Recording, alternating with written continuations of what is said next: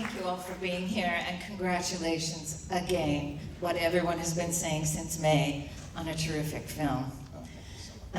You gentlemen all look really good tonight, I have to say. Thank you so much. Yeah. I wanted to ask right off the start, did you always have Mikey in mind for the role? Pretty much so, because we had just started development on it. We had come up with the idea, and Mikey really caught my attention Once Upon a Time in Hollywood. I mean, so much so that I went back to see it 3 times. The 3rd time was specifically just to rewatch her scene at the end of the film, and we just had her in mind in terms of an actor that we wanted to work with. And then we were getting closer and closer to the film, to making Anora, and we happened to go see Scream. And spoiler alert, she plays a Ghostface killer. Sorry. But we were in the theater, and she showed me there in that performance, combined with the one from Once Upon a Time, that she could do what I needed for her to do in Anora. And I turned to my wife and producer, Samantha Kwan, and I said, we have to call her reps the minute we leave the theater. And we did, and we just happened to, we found out that her agent also is the agent of Brooklyn Prince from the Florida Project. So it was a serendipity, and so we had a relationship already, and we had coffee with Mikey, and I pitched this to Mikey, and just the basic idea, and we really connected, and she showed enthusiasm, and I offered her the role, saying, okay, now I'm gonna go and write the screenplay with you in mind. So it was written with, yes, for her, and so I was able to have her face in mind as I was fleshing out Annie and the script. Yeah. That's incredible. And she far exceeded all expectations. I had very high expectations, but she far exceeded.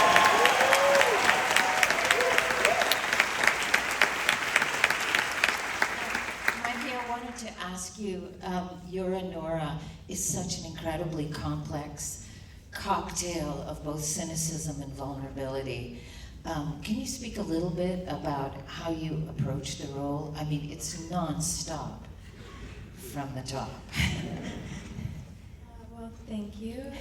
I think that all people have different sides to them, sensitivity, and hardness and all those things. So I wanted her to be very layered, like all real people are. But I did lots of research into sex work.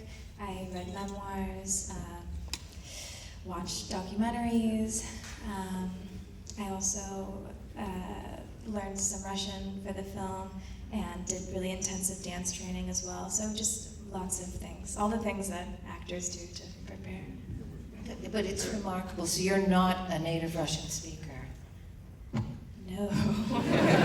Right. No, I'm not. Because it comes off very easily when you do. Thank you. Yeah, she's good. I thought so, yes.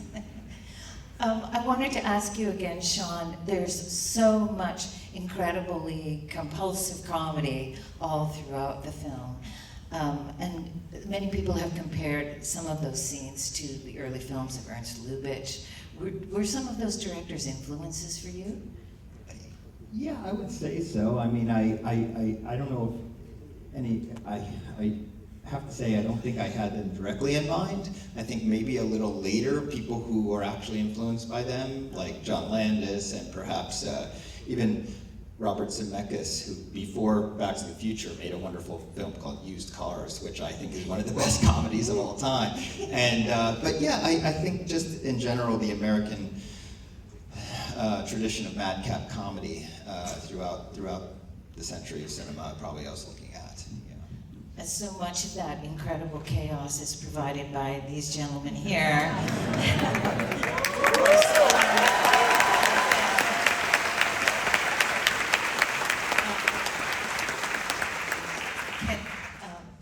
I can hardly look at you without still laughing about, well, we'll come to the scene in the house a little later. I want to ask you about that. But can you talk to me about how you found them? Oh, well, sure. let's start with Karin, because Karin and I go way back. Karin has been in every one of my films. And 15 years ago, we talked about making a film about the Russian-American community in Brighton Beach and Coney Island, and it just took us this long to get there. But so Karin's been with me for 30 years. Yura came to the table because I saw an amazing film that you should all seek out called Compartment Number 6 by a brilliant filmmaker, and we happened to be at Cannes at the same time. It was 21. I had Red Rocket there, and so he won me over, and I was like, so these three, I had already cast them before writing the screenplay, so I had their faces in my head while writing the screenplay, which was really nice, and it helped me. So, and then we were looking for Garnick, and it was actually, I think, your suggestion, right, Karin? Why don't you talk about that? Thanks to you, I'm here. I've been following Bacha on Instagram for many years. And I used to do comedy back to Armenia for 15 years, so I was lucky he was following me. He's being humble. He's a huge comedian. And yes, no, it's true. Very, in terms of popularity, yes. Thank you. so like 5 years ago, I texted him via Instagram. I said, I'm a big fan. How can I watch your work online? He never answered me. So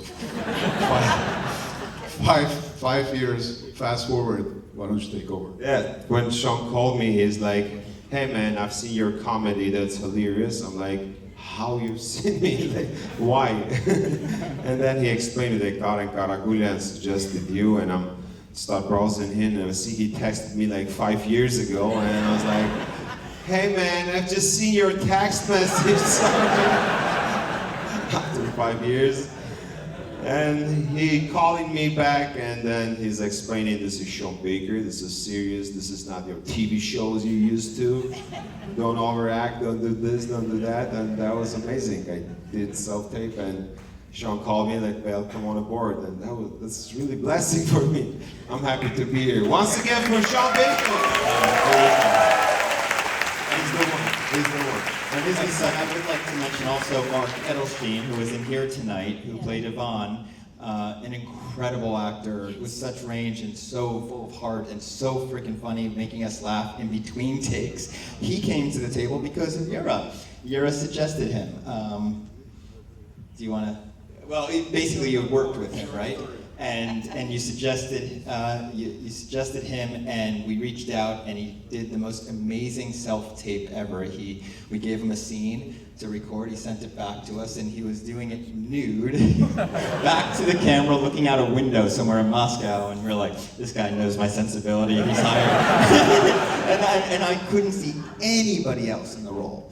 We were worried about getting visas in time to shoot and everything like that, and I was just like, we have to get Yura and Mark, because I can't see anybody but those two in these roles.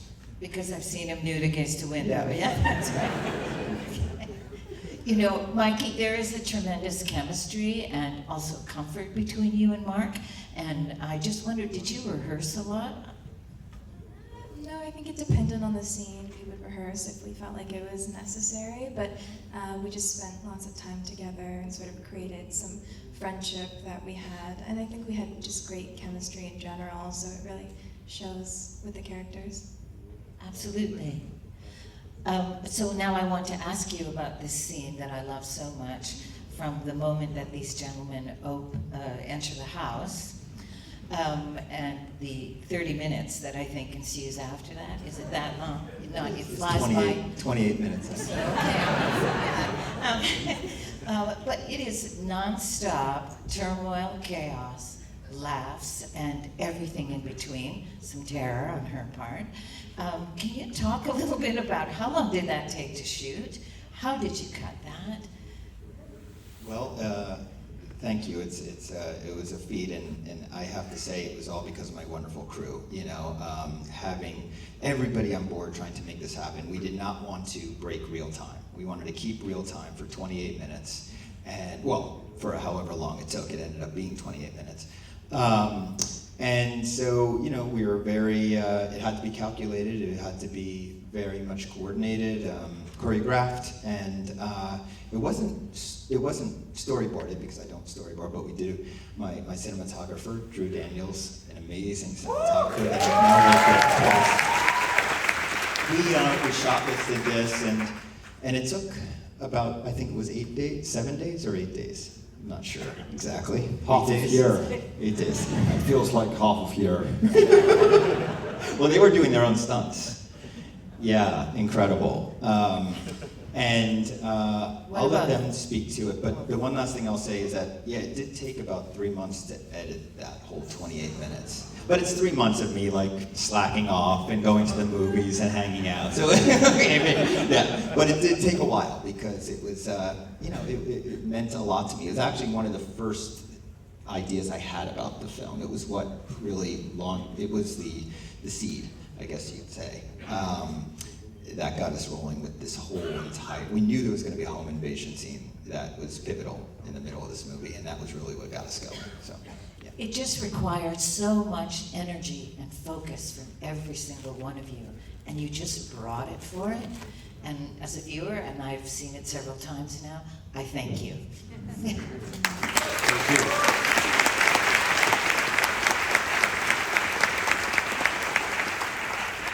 And I guess the last thing I would like to ask about it is, in the midst of a lot of the delightful and comic moments and caperish moments, there are a lot of serious themes at the core of this film. Characters to whom everything in life is transactional, things about money, things about labor, respect, dignity that she deserves. I wondered if you can talk a little bit about all of the things that you wanted to say with this film, and the things you hope people take away. I like that you mentioned a lot of those themes, because that's how I approached it. It was less about what I want the audience to take away, because it's really up to you guys. It's about how you interpret and how even you might apply your own politics to the film. But for me, it's about the exploration of certain themes, power dynamics, again, like respect of sex work. You know, these are just topics that I wanted to put into the audience's head, and to see how they would react. I do want to say that Andrea Werhoen is here in the audience tonight. She was our chief consultant on the film, and she's Toronto-based, right? But it was really invaluable for us to have sex workers on as consultants who, you know, would keep us real, you know, and tell us if we were representing in the most respectful, responsible way. That is, to me, the most important part, that I did it right in their eyes. Yeah. Well, I think we all feel that they did it right. Thank you so much for bringing the film to us and being here tonight. Please join me in congratulating them on a wonderful piece of work.